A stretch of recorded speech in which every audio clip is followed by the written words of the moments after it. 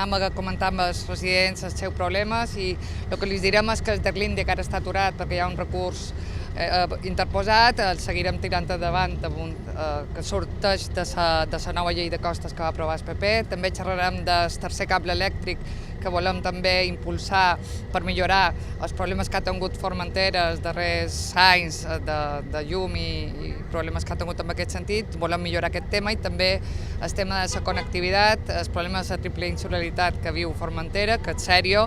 Nosaltres impulsarem un nou règim econòmic dins les mesures que hi ha dins aquest nou règim econòmic que volen defensar a Madrid. Evidentment, hi haurà millores en la connectivitat amb el transport marítim dels ciutadans de Formentera. A Espanya, els eixos del govern del PP és crear les condicions perquè sigui el sector privat, els emprenedors, les petites i mitjanes empreses, creïn riquesa i creïn lloc de feina. Nosaltres el que farem des del govern central és crear aquestes condicions, facilitar, afavorir, llevar traves, llevar obstacles perquè siguin ells qui creïn el lloc de feina i crec que no només s'hi vist a tota Balears i a tota Espanya aquesta és la dinàmica que tenim dins el partit.